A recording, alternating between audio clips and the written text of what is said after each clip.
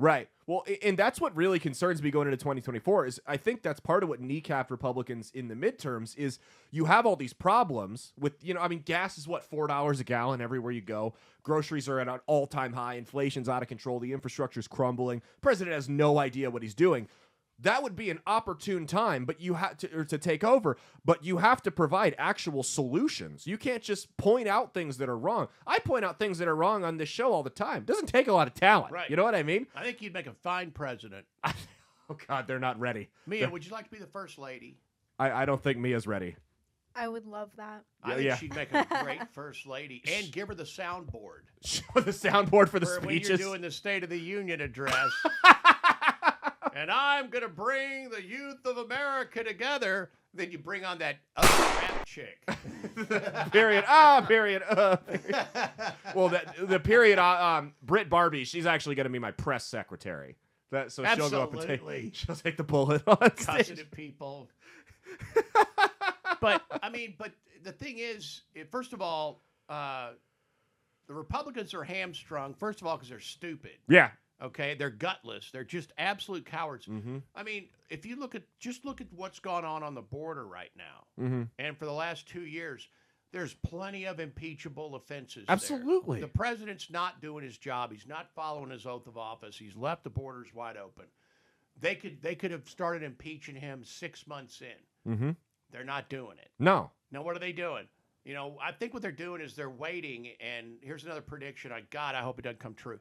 They're waiting until we get into election season mm-hmm. so they can say, well, they'll pay for this at the voting booth. Yeah. That's their favorite line. That's what they do. And they stall and they pass things that they know won't hold up, like the student loan thing. They knew that wasn't going to hold up in court. They knew it was unconstitutional the way they passed it. And the Democrats are great at rope-a-dope, mm-hmm. which in California today, after they've been talking for months about the reparations. Yeah. And the only good thing about that is you get to see just how insane these people are. I think they want $200 million a person now. $200 million per black person, right? Yeah. And then at the last minute, Gavin Newsom, who formed this whole thing to begin with, mm-hmm. comes out and says, yeah, I'm not going to sign off on any of these checks. This obviously is a much bigger problem. Yeah. I mean, it's just like... string you along. You never get what you want. It's like Joe Biden. Hey, honey, I think you need to take a shower. And the little girl goes, okay, I'll go take a shower. And then suddenly, hey, let me in here with you.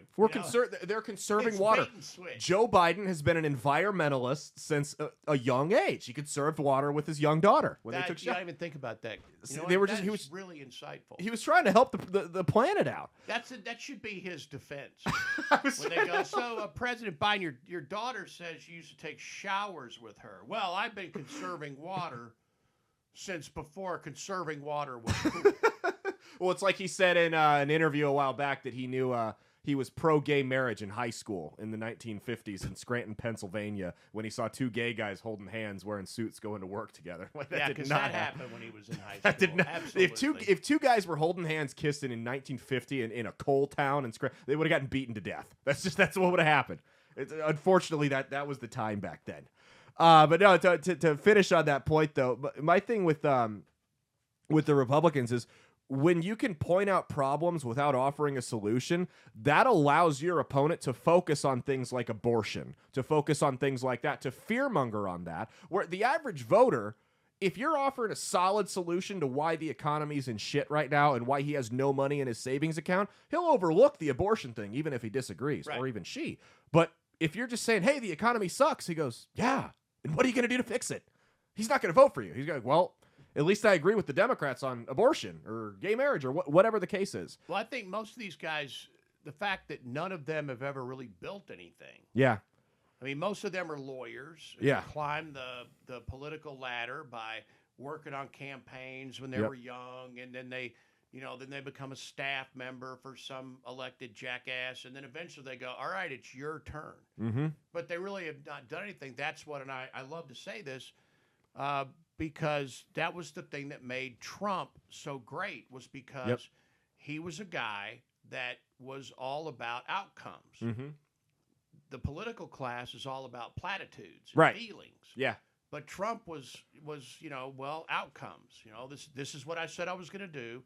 Here's what I did. Don't you think we did a good job? Hey, thanks for watching. If you liked what you saw, be sure to click the link in the description to get the full episode on Rumble. If you prefer to listen along, you can actually get us on Spotify, Spreaker, and iHeartRadio. You can also go to www.outlawstreamers.com to learn more about not just my show, but tons of other great shows and all the exciting projects they have coming up. Follow my socials at Caleb Isn't Funny on Twitter and Instagram, at Caleb Salvatore Comedy on the Chinese Spy app that is TikTok, and be sure to like and subscribe to this YouTube channel. Thanks, and we'll see you every Saturday for brand new episodes of That's Based. Peace.